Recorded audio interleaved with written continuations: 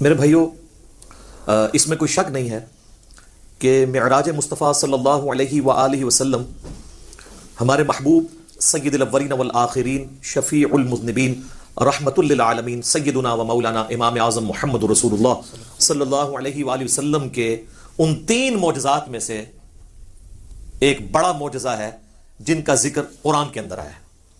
ہمارے محبوب صلی اللہ علیہ وآلہ وسلم کے 3 معجزات ایسے ہیں جن کا ذکر قرآن میں آیا، باقی بخاری اور مسلم میں تو درجنوں معجزات کا ذکر ہے، لیکن وہ 3 معجزے جن کو قرآن نے بھی بیان کیا ہے وہ سب سے زیادہ اہمیت کے حامل ہیں، کیونکہ اس کا ذکر قرآن میں ہے۔ ان میں سے نمبر 1 معجزہ، جسے آپ عربی میں آیاتن کہتے ہیں، اردو میں آپ معجزہ، عقل کو عاجز کر دینے والی چیز، اللہ کی نشانی، وہ ہے القرآن، جس کا ذکر سورۃ العنکبوت میں آیا کہ یہ نبی علیہ السلام کا واحد معجزہ ہے جس کی بنیاد پہ دعوی نبوت ہے۔ اور بخاری اور مسلم میں بھی کئی احادیث اس کو سپورٹیو ہیں۔ ایک وہ مشہور حدیث ہے بخاری اور مسلم کی کہ اللہ تعالیٰ نے ہر نبی کو کوئی نہ کوئی معجزہ دیا تھا، اور مجھے اللہ نے وحی یعنی قرآن کا معجزہ دیا ہے۔ میں اللہ سے امید کرتا ہوں سب سے زیادہ متبعین قیامت والے دن میرے ہوں گے، کیونکہ میرا معجزہ سب سے زیادہ یونیک ہے، یعنی کتاب کا معجزہ۔ اور دوسرا معجزہ آپ صلی اللہ علیہ وآلہ وسلم کا جو قرآن میں ذکر ہوا وہ شق القمر کا واقعہ ہے، جو سورۃ القمر کے سٹارٹ میں ہی آتا ہے، اقتربت الساعہ، قریب آ گئی قیامت، وانشق القمر، اور شق ہو گیا چاند۔ اس کانٹیکسٹ میں بخاری اور مسلم میں کئی احادیث ہیں کہ نبی صلی اللہ علیہ وآلہ وسلم کے مبارک زمانے میں چاند 2 ٹکڑے ہوا تھا اور پھر دوبارہ سے جڑ گیا۔ تو یہ وہ دوسرا معجزہ ہے جس کا ذکر قرآن کے اندر آیا۔ اور تیسرا معجزہ ہے معراج النبی صلی اللہ علیہ وآلہ وسلم کا معجزہ۔ اس کی کوئی تاریخ ہمیں احادیث کی کتابوں میں نہیں ملتی، نہ کوئی مہینے کا پتہ ہے، یہ اندازہ ہی ہے، بہرحال ہمیں اس سے کوئی غرض نہیں ہے۔ اگر کوئی سمجھتا ہے کہ معراج کا مہینہ ہے اور 27ویں رات ہے اور اس اعتبار سے اس مہینے کے اندر اس واقعے کو یاد کیا جاتا ہے، تو اس میں کوئی ایسا مسئلہ نہیں ہے، بشرطے کہ اس میں قرآن و سنت سے جو چیزیں ثابت ہیں وہ بیان کی جائیں، قصے کہانیاں بیان نہ کی جائیں جو اکثر قصے اور کہانیاں بیان کی جاتی ہیں۔ تو یہ 3 معجزات ہیں جن کا ذکر اللہ تعالیٰ نے قرآن میں فرمایا ہے۔ اس میں ٹاپ آف دا لسٹ قرآن، اس کے بعد شق القمر والا یعنی چاند کے 2 ٹکڑے ہونے والا معجزہ، اور تیسرا معجزہ آپ صلی اللہ علیہ وآلہ وسلم کی معراج۔ اور یہ بھی یاد رکھیں، یہ جو معراج ہم عموماً بولتے ہیں یہ بھی غلط العام ہے۔ اصل میں اس معجزے کا نام ہے الاسراء والمعراج۔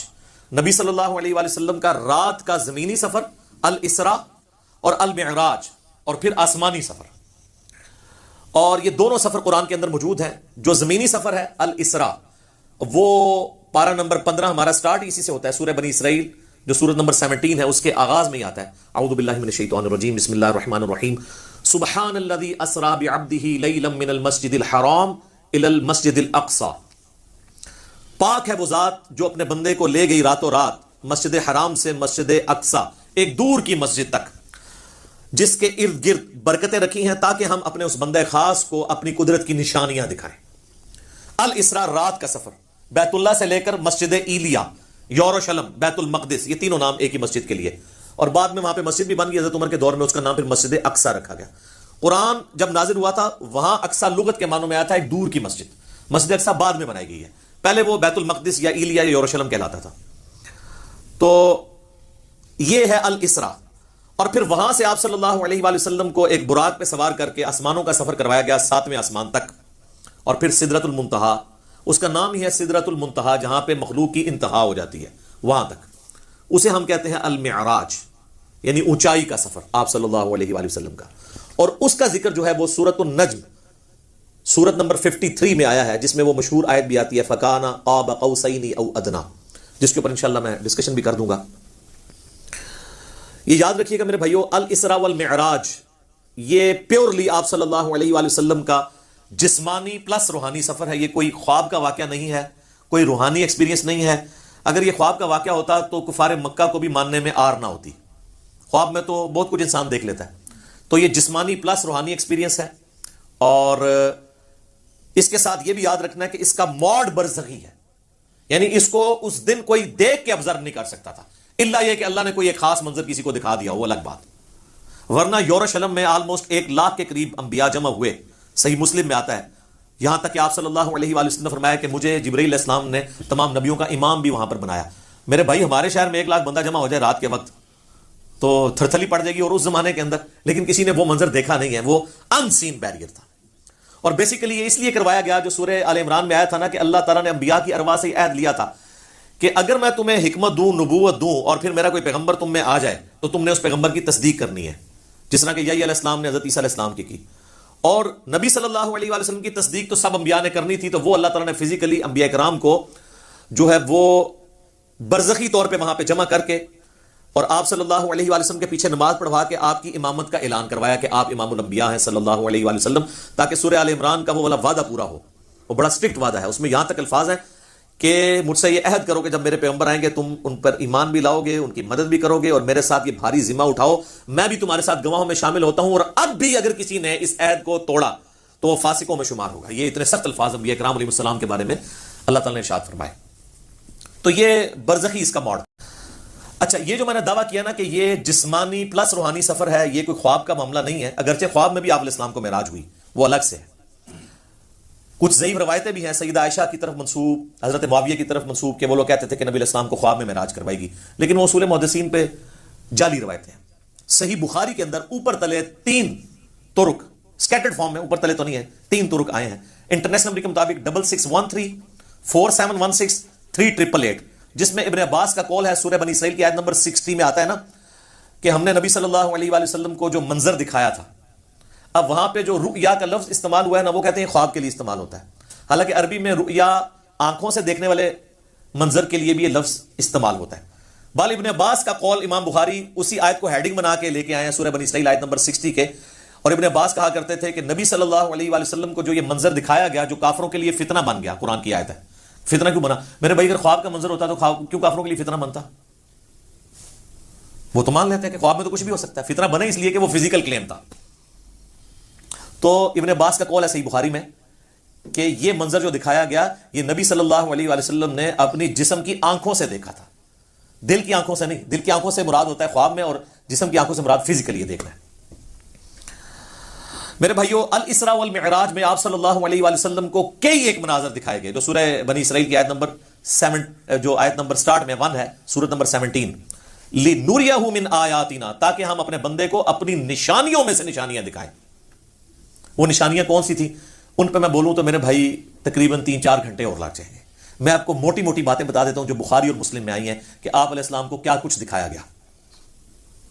نمبر 1 سٹارٹ ہوا شق الصدر سے، آپ علیہ السلام کا سینہ چاک کیا گیا، بخاری مسلم میں آتا ہے، اور جنت سے سونے کا تشت لا کے آپ زمزم کا پانی ڈال کے جبرائیل علیہ السلام نے نبی علیہ السلام کا دل جو ہے وہ دھویا۔ نمبر 2 آپ صلی اللہ علیہ وآلہ وسلم کو، چونکہ آپ مکے میں تھے، ابھی مدینہ آپ نے جانا تھا، راستے میں ایک شہر میں اتارا گیا اور جبرائیل نے کہا کہ یہ طیبہ ہے، مدینہ، جو آپ کا مسکن عنقریب بننے والا ہے ہجرت کے بعد۔ حضور کو اس وقت تک نہیں پتا تھا کہ یہاں سے تو میری دعوت جو ہے وہ ایسی لانچ ہوگی کہ رومن اور پرشین امپائر بھی کچھ نہیں جائیں گی۔ نمبر 3 پھر آپ کو کوہ طور پہ لے جایا گیا، انبیاء کے مقامات پہ، سب سے پہلے نبی علیہ السلام کا اپنا مسکن، اس کے بعد پھر طور سینا کے اوپر، اور کہا گیا کہ یہ وہ ہے جہاں پہ اللہ تعالیٰ نے حضرت موسیٰ علیہ السلام سے کلام کیا تھا۔ نمبر 4 بیت اللحم لے جایا گیا، بیت المقدس میں ایک جگہ ہے جہاں پہ حضرت عیسیٰ علیہ السلام کی ولادت ہوئی تھی، تو وہ جگہ بھی دکھائی گئی۔ لہٰذا اس سے امام نے تیمیہ کے اس عقیدے کا رد ہوا کہ انبیاء کی جو بیٹھنے کی جگہ ہیں ان کا وزٹ کرنا یہ نعوذ باللہ کوئی بدعت ہے، نبی علیہ السلام کو تو خود کروائی جا رہی ہے یہ ساری چیزیں، الحمدللہ۔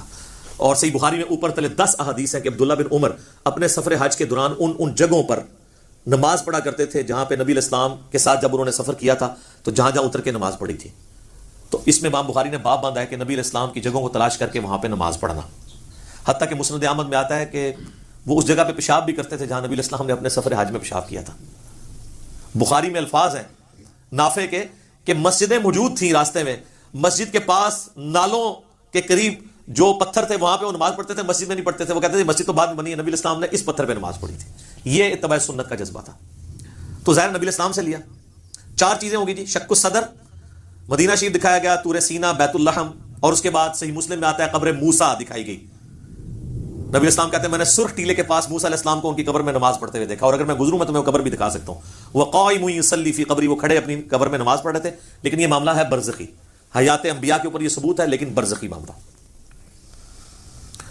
اس کے بعد آپ صلی اللہ علیہ وآلہ وسلم کو بیت المقدس میں انبیاء کی امامت کروائی گئی، 1 لاکھ کے قریب پیغمبروں کو جمع کیا گیا، اور جبرائیل علیہ السلام نے کہا کہ آپ ان کی امامت کروائیں، یہ صحیح مسلم میں آتا ہے۔ اچھا، پھر دجال دکھایا گیا، یہ بھی آتا ہے بخاری مسلم میں، دجال بھی دکھایا گیا۔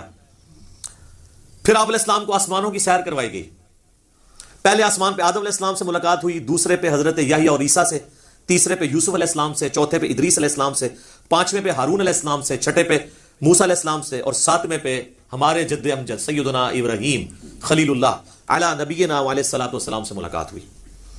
اس کے بعد آپ علیہ السلام کو جنت اور دوزخ بھی دکھائی گئی، ٹائم میں ٹریول کروا کے جو مستقبل کا وقت تھا وہ پہلے دکھا دیا گیا۔ لوگ کہتے ہیں ابھی تو لوگ دوزخ اور جنت میں پہنچے نہیں، تو حضور نے کیا دیکھا؟ بھائی اللہ نے وقت، اور آپ یہ دیکھ لیں یہ سب کچھ منظر کتنے زمانے میں طے ہوا ہوگا، لیکن ایک رات میں سب کچھ ہو گیا۔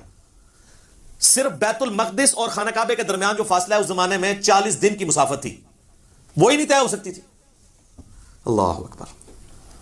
اسی لیے تو وہ آتا ہے نا المعجم الکبیر طبرانی کے اندر، اور دلائل النبوہ امام بیہقی کی کتاب کے اندر، اور کئی کتابوں کے اندر، کہ لوگوں نے آ کے حضرت ابوبکر کو کہا نا کہ تمہارا ساتھی تو یہ کہہ رہا ہے کافروں نے چھیڑنے کے لیے، اور انہوں نے کہا اگر وہ کہہ رہے ہیں تو میں تصدیق کرتا ہوں۔ تو اسی پر آپ کا لقب صدیق رکھا گیا کہ آپ علیہ السلام کی تصدیق کرنے والے۔ اس کے بعد بیت المعمور دکھایا گیا، بخاری مسلم میں آتا ہے 7ویں آسمان کے اوپر اسی خانہ کعبہ کی سیدھ میں ایک گھر ہے جس کا طواف فرشتے کرتے ہیں، بیت المعمور، وہ دکھایا گیا۔ اور سب سے بڑھ کے آپ کو سدرۃ المنتہا تک لے جایا گیا۔ یہ آخری حد ہے، زمین سے جتنی مخلوقات ہیں یا فرشتے ہیں وہ بھی سدرۃ المنتہا سے آگے نہیں جا سکتے۔ اس کا نام ہی ہے انتہا، مخلوق کی انتہا ہے۔ باقی لوگوں نے آگے کہانیاں بنا لی ہیں کہ جی نبی الاسلام سدرۃ المنتہا سے بھی آگے چلے گئے، بالکل جھوٹ ہے، یہ آپ کی انتہا تھی۔ اور آگے پتہ نہیں کیا کیا کہانیاں بنائی ہیں، کہتے ہیں عرش پہ جوتیوں سمیت چلے گئے۔ یہ تو اتنا بڑا جھوٹ ہے کہ احکام شریعت میں احمد بریلوی صاحب نے لکھا ہے کہ یہ جو معرج النبوہ کتاب جس میں یہ باتیں لکھی ہیں، یہ ہے تو سنی عالم ہے لیکن ہر طرح کی جھوٹی سچی روایتیں لکھ دیتا ہے۔ یہ محض باطل بات ہے کہ نبی الاسلام اپنی مبارک جوتیوں کے ساتھ عرش پہ گئے ہیں، یہ اعلیٰ حضرت نے لکھا ہے کہ یہ جھوٹی بات ہے، تو عرش پہ جانے والی کوئی بات نہیں ہے۔ ہاں کسے کہانیوں میں آپ مزے لے لے کے بیان کریں، اور جب ہم پوچھتے ہیں کہاں لکھا ہے وہ کہتے ہیں سعدی شیرازی کے شعر نہیں آپ نے پڑھے، مولانا روم کے شعر نہیں پڑھے۔ ہم کہتے ہیں میرے بھائی ہم تو آپ کو چیخ چیخ کے یہی تو کہہ رہے ہیں کیا کہ مرنے سے پہلے ہے مسلمان، کر لے اس پہ غور۔ کتابوں کا خدا اور ہے، بابوں کا خدا اور، کتاب میں سے کوئی نکالے نا بات جہاں پہ لکھا ہو۔ پھر ڈاکٹر صاحب تو آپ کو پتا ہے طاہر القادری صاحب تو وہ کہتے ہیں کہ وہ دروازہ کھولا حضور نے حضور کے لیے، پھر کہا کہ آپ اندر آ جائیں، حریم ناز میں آ جاؤ۔ وہ پتہ نہیں کیا عشق مشوقی کا انہوں نے ایک، اور بلکہ وہ بغل گیر پتہ نہیں کیا کچھ انہوں نے کیا ہے۔ اور طارق جمیل صاحب نے بھی اسی سے ملتی جلتی باتیں کی ہیں، وہ قاب قوسین او ادنیٰ وہ پوری کر کے بتاتے ہیں، انشاءاللہ اینڈ پہ ڈسکس کرتا ہوں۔ تو میرے بھائی یہ کتابوں کی بات ہو رہی ہے، اور سدرۃ المنتہا ہی پہ اللہ تعالیٰ کی ملاقات ہوئی اپنے محبوب علیہ السلام کے ساتھ، اور سورۃ النجم میں اس کا ذکر ہے۔ وہاں پہ اللہ تعالیٰ نے وحی بھی کی آپ علیہ السلام کو۔ صحیح مسلم میں آتا ہے کہ 3 چیزیں آپ کو وہیں پہ عطا ہوئی۔ نمبر 1 5 نمازیں، وہ ڈیٹیل بخاری مسلم میں آتی ہے کہ 50 تھی، کم ہوتے ہوئے موسیٰ علیہ السلام کے پاس جب وہ آتے تھے نا 6ٹھے آسمان کے اوپر تو کہتے تھے حضرت زیادہ ہے کم کروائیں، ایک پھیرے بس اور لگنا سی، وہ کو نہیں لگیا، ورنہ وہ 5 کم ہوتے 5 تک رہ گئی۔ پھر اس میں الفاظ ہے بخاری مسلم میں، اللہ نے کہا کہ میرا قول بھی نہیں بدلے گا، تمہاری امت پڑے گی 5۔ سورۃ الانعام میں ہے کہ ایک نیکی 10 کے برابر ہے، تو میں ان کو ثواب 10 کا ہی دوں گا، ایک کے بدلے 10 کا، تو نمازیں 50 کے ثواب ملے گا 5 کے گیز میں۔ دوسرا تحفہ دیا گیا سورۃ البقرہ کی آخری 2 آیات، صحیح مسلم میں آتا ہے آمن الرسول بما انزل الیہ من ربہ والمؤمنون۔ سر یہ 2 آیات وہ ہیں جو اس دنیا میں نازل نہیں ہوئی ہیں، آسمانوں پہ نازل ہوئی ہیں، آسمان سے آسمانوں پہ نبی علیہ السلام کے مبارک سینے پہ۔ اور صحیح مسلم میں آتا ہے کہ تیسری چیز جو آپ کو دی گئی کہ آپ کا جو کوئی امتی شرک نہیں کرے گا نا میں اسے معاف کر دوں گا۔ تو اس کو تو سپورٹو پھر قرآن میں بھی آیت ہے انہ من یشرک باللہ فقد حرم اللہ علیہ الجنہ ومأواہ النار وما للظالمین من انصار۔ بے شک جو کوئی اللہ کے ساتھ شرک کرے گا اللہ اس گناہ کو کبھی معاف نہیں کرے گا، اس پہ جنت حرام ہے، اس کا ٹھکانہ دوزخ ہے، اور وہاں اس کا کوئی مددگار نہیں ہوگا۔ حتیٰ کہ بخاری مسلم کی حدیث ہے کہ اللہ نے ہر نبی کو کوئی نہ کوئی دعا دی تھی، اس نے اس دنیا میں ہی دعا کر لی۔ حضرت نوح نے دعا کی، اس کی وجہ سے ان کی قوم ہلاک ہوگی۔ میں نے اپنی دعا چھپا کے رکھی ہے قیامت کے دن کے لیے، میں اس دعا سے اپنی امتیوں کے لیے شفاعت کی دعا کروں گا، اور میری دعا سے ہر میرے امتی کو نفع پہنچے گا سوائے اس شخص کے جس نے دنیا میں اللہ کے ساتھ شرک کیا ہوا۔ شرک is the most sensitive issue in the sight of اللہ۔ اللہ اکبر۔ تو یہ 3 گفٹ آپ علیہ السلام کو ملے، 5 نمازیں، سورۃ البقرہ کی آخری 2 آیات، اور جو شرک نہیں کرے گا اس کی مغفرت۔ یہ ساری تفصیلات آپ مسئلہ نمبر 126 ABC کے اندر دیکھ سکتے ہیں 4.5 گھنٹے میں اس کو سکپ کرتا ہوں۔ الاسراء والمعراج میں جو معراج والا پورشن ہے اس میں سب سے زیادہ کنٹروورشل چیز جو آپ نے سوال میں بھی کی وہ ہے نبی علیہ السلام نے کیا شب معراج اللہ تعالیٰ کو دیکھا تھا یا نہیں۔ اب اس کا جواب ہاں یا نہ میں دینا تو بہت بڑی آزمائش ہے مسلمانوں کے لیے، جب تک کہ آپ پورا مقدمہ ان کو نہیں سمجھاتے۔ تو آپ اس پورے مقدمے کو سمجھیں گے تو آپ کے لیے معاملہ آسان ہو جائے گا۔ اس کی وجہ یہ ہے کہ یہاں پہ فرقہ واریت کا دین ہے، جس کو میں بابوں کا دین کہتا ہوں، اور آپ سے بار بار کہتا ہوں کہ مرنے سے پہلے اے مسلمان کر لے اس پہ غور، کتابوں کا خدا اور ہے، بابوں کا خدا اور۔ اچھا کہتے ہیں نہیں آپ کتابوں کا دین کہہ لیا کریں، بابوں کا خدا تو سب کا ایک ہے۔ میرے بھائی اس کے اندر قیامت مضمر ہے۔ دین کس لیے ہوتا ہے؟ اللہ کی شناخت کے لیے۔ جب آپ کے بابوں نے اس اللہ کی شناخت ہمیں نہیں کروائی ہے جو پیغمبروں کے ذریعے اللہ نے کروائی تھی، تو ہم رونا روئیں گے نا کہ آپ کس اللہ کی بات کرتے رہے ہو۔ تو اصل چیز قیامت زور اس شعر میں تبھی ہے کہ کتابوں کا خدا اور ہے، بابوں کا خدا اور۔ دیکھ لیں ہلچل مچی اس کی وجہ سے ہے۔ اگر میں کہتا کتابوں کا دین اور ہے بابوں کا دین اور، تو کسی کو کچھ نہیں تھا ہونا۔ یہ اندر جو ہلچل مچتی ہے نا، وہ کہتے ہیں یار ہم پتہ نہیں کس خدا کو مان رہے ہیں، کتابوں والے خدا کو کسی اور کو نہ مان رہی ہوئی ہے۔ تو یہ تو میں نے ڈیٹیکٹ کیا تھا قرآن سے، کتابوں کا خدا۔ حضرت آدم علیہ السلام کو جب اللہ نے دنیا پہ اتارا، سورۃ البقرہ آیت نمبر 38، تو اللہ تعالیٰ نے ہماری ماں اور باپ کو یہی کہا تھا قُلْ اهْبِطُوا مِنْهَا جَمِيعًا، اے آدم اور اس کی بیوی اور میری ان دونوں بندوں کی قیامت تک ہونے والی اولاد اتر جاؤ زمین میں۔ فَإِمَّا يَأْتِيَنَّكُم مِّنِّي هُدًى، یاد رکھنا جب کبھی بھی کوئی ہدایت کی کتاب تمہارے پاس آئے گی، انتظار کرنا کتابوں کا، بابوں کا نہیں، کتابوں کا جو پیغمبروں کے ذریعے آئیں گے۔ فَإِمَّا يَأْتِيَنَّكُم مِّنِّي هُدًى فَمَن تَبِعَ هُدَايَ فَلَا خَوْفٌ عَلَيْهِمْ وَلَا هُمْ يَحْزَنُونَ، جو ان کتابوں کی اس ہدایت کی پیروی کرے گا اس کو نہ کوئی خوف ہوگا نہ کوئی غم۔ وَالَّذِينَ كَفَرُوا وَكَذَّبُوا بِآيَاتِنَا اولئک اصحاب النار ہم فیہا خالدون، جو کوئی ہماری آیات کو جھٹلا دے گا، کفر کرے گا، اس کو جھٹلائے گا، تو وہ ہوں گے اہل جہنم، رہیں گے اس میں ہمیشہ ہمیشہ۔ اللہم اجرنا من النار، آمین۔ اللہم من احییتہ منا فاحیہ علی الاسلام ومن توفیتہ منا فتوفہ علی الایمان، آمین۔ تو اس لیے ہم کہتے ہیں کتابوں کا دین، بابوں کا نہیں۔ تو اس مقدمے کو سمجھنے کے لیے آپ پہلے بنیادی بات سمجھ لیں، ایک بنیادی عقیدہ، جو عقیدہ پوری امت کا ہے سوائے ان لوگوں کے جو اپنے نفس کے غلام بنے ہوئے ہیں۔ وہ کون ہے میں آپ کو بتا دوں گا۔ پوری امت کا یہ عقیدہ ہے کہ مرنے سے پہلے اس روئے ارض پہ اللہ تعالیٰ کا دیدار کسی انسان کو، کسی جن کو، کسی فرشتے کو یا کسی بھی مخلوق کو ہونا محال ہے، امپاسبل ہے، یہ مقدور نہیں ہے، محال ہے۔ اس کے ثبوت میں سورۃ الانعام کی آیت نمبر ہے 103، لا تدرکہ الابصار، نگاہیں اس کا احاطہ نہیں کر سکتی، وہ نگاہوں کا احاطہ کر لیتا ہے۔ حتیٰ کہ اس آیت میں اہل تشیع اتنا غلو کرتے ہیں کہ وہ یہ کہتے ہیں کہ قیامت میں اور جنت میں بھی اللہ کا دیدار نہیں ہوگا، وہ بھی غلو کر رہے ہیں۔ اور دوسری طرف ان کی حالت یہ ہے کہ وہ کہتے ہیں کہ مولا علی علیہ السلام اس وقت تک سجدے سے سر نہیں اٹھاتے تھے جب تک اللہ کو دیکھ نہ لے۔ تو ہم کہتے ہیں یار آپ کوئی ایک بات کرو، کسی بات کے اوپر ٹکو۔ اور پھر بعض غلو کرنے والے وہ کہتے ہیں شب معراج بھی جو مولا علی کا پنجہ دیکھا تھا۔ خیر اب اہل علم ان کو خود ہی رد کر رہے ہیں، وہ کہہ رہے ہیں یہ نصیریاں، ہمارا ان سے کوئی تعلق نہیں ہے، اہل تشیع کا یہ جو ہے مکتب نہیں ہے، مکتب اہل بیت یہ نہیں ہے۔ تو یہ سورۃ الانعام کی آیت نمبر 103 اس پر گواہ ہے۔ اور اس سے بھی بڑھ کر پریکٹیکل ایکسپیرینس سورۃ الاعراف کی آیت نمبر 143، جب موسیٰ علیہ السلام نے کوہ طور پہ ملاقات کے دوران کہا اے اللہ میری خواہش ہے میں تجھے دیکھوں۔ اتنی دفعہ باتیں سن سن کے اگلا سٹیپ بھی بندہ طے کرتا ہے نا۔ تو اللہ نے کیا فرمایا تھا؟ لن ترانی، ہرگز نہیں دیکھ سکتا تو مجھے، بلکہ تو پہاڑ کی طرف دیکھ، اگر یہ پہاڑ اپنی جگہ پہ قائم رہا تو سمجھنا تو مجھے دیکھ سکتا ہے۔ تو قرآن کے الفاظ ہیں پہاڑ پہ اللہ نے صرف تجلی کی تو وہ ریزہ ریزہ ہو گیا، اور موسیٰ علیہ السلام انڈائریکٹ وہ تجلی دیکھنے سے بے ہوش ہو کے گر پڑے، اور اس کے بعد ان کا اللہ میں تیرے طرف رجوع لاتا ہوں، اب دوبارہ میں یہ بات نہیں کروں گا۔ تو اگر موسیٰ علیہ السلام کو زیارت نہیں ہو سکتی اللہ تعالیٰ کی اس دنیا میں، تو موسیٰ علیہ السلام سے بڑھ کے تو کوئی بھی نہیں ہو سکتا۔ تو اب اگر موسیٰ علیہ السلام کے سوا کوئی شخص یہ دعویٰ کرے کہ اس نے اللہ کو دیکھا ہے، تو پھر ہم اسے غلام قادیانی کا بھائی کہیں گے نا، جس طرح اس نے جھوٹا دعوے نبوت کیا۔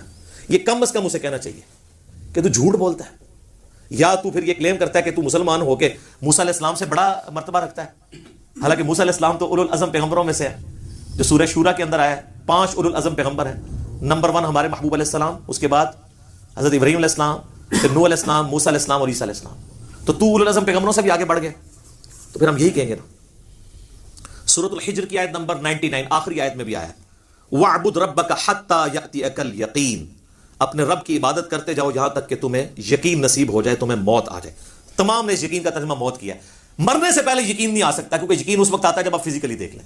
تو یہی تو آپ کو انعام ہے، ان الذین یخشون ربهم بالغیب لهم مغفرۃ واجر کبیر، جو بغیر دیکھے اپنے رب سے ڈرتے ہیں ان کے لیے ہے مغفرت اور بہت بڑا اجر۔ اور صحیح مسلم میں انٹرنیشنل نمبر کے مطابق 7356 نمبر حدیث ہے دجال کے کانٹیکسٹ میں۔ نبی علیہ السلام فرماتے ہیں کہ یہ دجال آئے گا تو اس کے ماتھے پہ کافر لکھا ہوگا، لیکن وہ کاف فا را یا کاف الف فا را لکھا ہوگا ایبریویشنز میں، تو لوگ جو اہل ایمان ہیں نبی علیہ السلام کہتے ہیں وہ پڑھ لیں گے کہ یہ کافر لکھا ہے، تو ان کو پتہ چلے گا دجال ہے۔ دوسرے لوگ نہیں پڑھ پائیں گے، چاہے مومنین میں بھی منافقین ہوئے، اور وہ ہو سکتا ہے کاف سے کشف پڑھ لیں، الف سے الہام پڑھ لیں، فا سے فیض پڑھ لیں، اور را سے روحانیت پڑھ لیں، کہ جی یہ تو بہت بڑے بزرگ ہیں۔ اچھا، اس حدیث میں 7356 میں آتا ہے کہ نبی علیہ السلام نے فرمایا کہ وہ خدائی کا دعویٰ کرے گا، دجال یاد رکھو تم میں سے کوئی شخص اپنے رب عز و جل کو نہیں دیکھ سکتا یہاں تک کہ اسے موت آ جائے۔ یہ الفاظ ہیں، کیا مطلب؟ کہ مرنے سے پہلے کوئی اللہ کو نہیں دیکھ سکتا، مرنے کے بعد دیکھیں گے انشاءاللہ، انشاءاللہ۔ تو مرنے سے پہلے آپ نہیں دیکھ سکتے، تو آپ بھی مرنے سے پہلے ہے مسلمان، کر لے اس پہ غور۔ کتابوں کا خدا اور ہے، بابوں کا خدا اور۔ اب آپ سوچ رہے ہوں گے بابوں نے کیا کام ڈالا ہوا ہے، تو اے ہوں آگے جو کام کی پایا جو انہوں نے، اے جو تسی کتابوں نے خدا دی تعریف سن لی۔ بابوں نے کیا کام ڈالا ہے جناب؟ تذکرۃ الاولیاء شیخ فرید الدین عطار المتوفی 627 ہجری کی کتاب ہے، جو بریلوی اور دیوبندی دونوں چھاپ رہے ہیں اور کہہ رہے ہیں سارے اولیاء کے حالات زندگی اس میں لکھے ہوئے ہیں۔ ایسی کوئی کتاب نہیں، اس میں بازید بستامی کی معراج لکھی ہوئی ہے، المتوفی 261 ہجری۔ ان کا امام ابو یزید بستامی اور میرا امام ابو الحسین مسلم بن حجاج القشیری المتوفی 261 ہجری، وہ بھی 261 میں فوت ہوئے ہیں، یہ بھی 261 میں فوت ہوئے ہیں۔ تو وہ کہتے ہیں انہوں نے معراج میں وہ عرش تک پہنچ گئے اور اللہ کو دیکھا، مشاہدہ کیا، اور باقاعدہ چیپٹر ہے بازید بستامی کی معراج تذکرۃ الاولیاء میں۔ بخاری مسلم کو چھوڑ کے ان کے پیچھے پڑے ہوئے ہیں، اور یہ آپ کو حوالے اس کے تذکرۃ الاولیاء کے فضائل اعمال میں ملیں گے، فضائل سنت میں بھی، تبلیغی جماعت کی کتاب میں بھی، دعوت اسلامی کی جماعت کی کتاب میں بھی، یعنی دونوں بھاری فرقے بریلوی اور دیوبندی اس کو لے کے چل رہے ہیں۔ پھر کشف المحجوب جو اس سے بھی پہلے لکھی گئی 200 سال پہلے، علی بن عثمان حجویری المتوفی 465 ہجری، انہوں نے کشف المحجوب میں بازید بستامی کے بارے میں کلیم کیا ہے کہ وہ جب حج کرنے کے لیے گئے تو پہلی دفعہ گئے تو صرف کعبہ دیکھا، تو کہتے ہیں میرا حج نہیں ہوا۔ اگلی دفعہ گئے تو کعبہ بھی دیکھا اور کعبے کے رب کو بھی دیکھا، تو کہتے ہیں پھر بھی میرا حج نہیں ہوا۔ تیسری بار گئے تو صرف اللہ کو دیکھا، کعبہ ہی غائب تھا، تو ان کا اب میرا حج ہوا ہے۔ فزیکلی دیکھا۔ اگر کہتا نہیں کہ خواب میں دیکھنا ہے، تو سر میرا معصومانہ سوال ہے کہ خواب کا پیکج موسیٰ ابن عمران علیہ السلام کو آفر کیوں نہیں ہوا، جن کو سورۃ الاعراف کی آیت نمبر 143 میں کہا گیا لن ترانی، موسیٰ تو مجھے نہیں دیکھ سکتا، انہوں نے آگے سے توبہ کی۔ تو اگر بازید والا عقیدہ ان کا ہوتا تو کہتے ہیں اللہ توبہ خواب ہی کرا دے، بازید نو تے بائی کرانی ہے نا، کہانیاں جھوٹ کوڑ۔ ہن مزہ ہے، حضرت ابو ہریرہ بھی غصہ آندا سی تو اپنی حبشی لینگویج بولتے سن، کوڑ، پنجابی کہتے ہیں جھوٹ نو۔ اچھا جی، شیخ زکریا کاندھلوی نے کتاب لکھی ہے فضائل حج۔ حاجیوں کو تبلیغی جماعت والے بیچارے میرے بولے بھائی، تبلیغی جماعت میری جماعت ہے، کافی سارے لوگوں کو اب بات سمجھ آ گئی ہے الحمدللہ، ہم محبت کرتے ہیں ان کے جذبے کی، لیکن یہ کچھ آپ کی کتابوں میں میرے بھائی لکھا ہوا ہے، فضائل حج میں لکھا ہوا ہے۔ سر اتنا مزیدار واقعہ ہے یہ، ابھی تک ویسے میں نے نا کسی ویڈیو میں بیان نہیں کیا، آج آپ سنیں اور مزہ لیں۔ وہ لکھتے ہیں کہ جی محدث عبد الرزاق مسجد نبوی میں بیٹھ کے درس حدیث دے رہے تھے۔ آپ پتہ محدث عبد الرزاق کون ہے؟ امام بخاری اور امام مسلم کے استاد ہیں جی، بخاری مسلم نے ان سے حدیثیں لی ہوئی ہیں محدث عبد الرزاق سے۔ یہ وہی ہیں جن کی مصنف عبد الرزاق ہے، دو ہیں نا کٹھی لکھی گئی، مصنف ابن ابی شیبہ اور مصنف عبد الرزاق۔ سر اے او جے اے عبد الرزاق تھوڑا کرکٹر نہیں ہے، پاویں سمجھو۔ محدث عبد الرزاق بیٹھے ہوئے 3 صدی ہجری کے اندر بڑے اماموں میں سے وہ حدیثیں بیان کر رہے ہیں، تو وہ کہتے ہیں ایک بزرگ کا بیان ہے کہ ان کو حضرت خضر علیہ السلام کی ملاقات ہوئی۔ حضرت خضر علیہ السلام کے اوپر میرا کلپ دیکھ لیں، اللہ فضل تب یہ صاف ہو جائے گی۔ تو کہتے ہیں وہ بزرگ کہتے ہیں کہ مجھے ایک دن خضر کی ملاقات ہوئی مسجد نبوی میں، تو میں نے کہا کہ خضر یہ بتائیے آج تک آپ کو کوئی ایسا شخص ملا ہے جو مرتبے میں آپ سے بھی بڑا ہو؟ ہائے ہائے ہائے۔ ان کا ہاں جی ایک بندہ ملا ہے۔ ان کا جی کیسے؟ وہ کہتے ہیں ایک دن میں مسجد نبوی میں تھا۔ اچھا، حضور کی پوری زندگی میں حضرت خضر کو توفیق نہیں ہوئی ہے مسجد نبوی میں جانے کی، جو ان کے خضر ہیں جھوٹے۔ حضور کی وفات کے بعد وہاں اعلی قرآن میں تو سورہ آل عمران میں حکم تھا کہ اے پیغمبرو جب میرا پیغمبر آ جائے تو تم نے اس کی مدد بھی کرنی ہے۔ نہ غزوہ بدر لڑی، نہ اور لڑی، نہ خندق لڑی، حضور دی وفات کے بعد مسجد نبوی بیٹھے ہیں۔ اچھا جی، کہانی ہے نا، خضر تو وہ ہے ہی نہیں ہے، میں نے بتایا، وہ آپ لیکچر میں دیکھ لیں۔ کہتے ہیں جی وہ حضرت خضر کہتے ہیں کہ ایک شخص بیٹھا ہوا تھا، محدث عبد الرزاق حدیثیں بیان کر رہے تھے، اور پاس ہی ایک نوجوان جو ہے نا وہ اپنا سر اپنے گریبان میں ڈالے بیٹھا ہوا تھا۔ تو ظاہر یہ صوفی ہوتے ہیں نا جو یہ کام کرتے ہیں، قرآن حدیث کا درس ہی سن نہیں سکتے کیونکہ ان کے خلاف ہے، علم و بس کرنی ہو یار۔ تو کہتے ہیں حضرت خضر کہتے ہیں میں بڑا حیران ہوا کہ محدث عبد الرزاق یہاں پہ درس دے رہے ہیں، اتنے بڑے محدث، اور یہ بندہ علیحدہ بیٹھا ہوا ہے۔ تو کہتے ہیں میں اس کے پاس چلا گیا، تو وہ یوں ہی بیٹھا تھا، تو میں نے اس سے پوچھا کہ تو عبد الرزاق سے حدیثیں کیوں نہیں سنتا؟ اس زمانے میں تو اس کے پائے کا محدث کوئی نہیں ہے۔ تو وہ آگے سے کہتا ہے کہ لوگ عبد الرزاق سے حدیثیں سنتے ہیں اور میں ڈائریکٹ رزاق سے سنتا ہوں۔ استغفر اللہ لعنت اللہ علی الکاذبین۔ سر یہ دعویٰ رسول اللہ کے بعد اگر کوئی کرے تو یا تو اس کا ذہنی توازن بگڑا ہوگا یا غلام احمد قادیانی کا بھائی ہوگا. صحیح بات. تبھی قلم اٹھا سکتے ہیں نا آپ کہ ذہنی توازن بگڑا ہو. صحیح بخاری میں تعلیقاً مولا علی کا قول ہے, اور سنن ابن ماجہ میں مرفوع پوری مولا علی نے نبی علیہ السلام سے روایت کیا کہ 3 لوگوں سے اللہ نے قلم اٹھا لیا ہے. نمبر 1 سویا ہوا شخص, نمبر 2 بالغ نابالغ, اور نمبر 3 مجنون مجذوب پاگل جو مرضی کہہ رہو, شطحیات والا. اچھا وہ کہتے ہیں کہ جی وہ حضرت خضر پریشان ہو گئے کہ یہ کیڑا ڈائریکٹ اللہ کو سننا. تو حضرت خضر کہتے ہیں میں نے پوچھا کہ اچھا تجھے اگر اتنا ایمان ہے تو بتا میں کون ہوں. تو کہتے ہیں جی اس نے کہا کہ نظر اٹھا کے کہا, انہوں نے کہا اگر میں غلط نہیں ہوں تو خضر ہے. کہتے میں ڈر گیا. تو کہا یہ مجھے ایک بندہ ملا جو مرتبہ میرے سے اوپر سے. اے جناب کہانیاں اس لیے میں نے بیان کیا کہ یہ حضرت موسیٰ علیہ السلام اور پیغمبروں کے مقابلے پہ انہوں نے اپنے بابے بنائے ہوئے ہیں. تو اب ہم ان کو صرف پیار سے ہی کہہ سکتے ہیں کہ مرنے سے پہلے اے مسلمان کر لے اس پہ غور, کتابوں کا خدا اور ہے, بابوں کا خدا اور.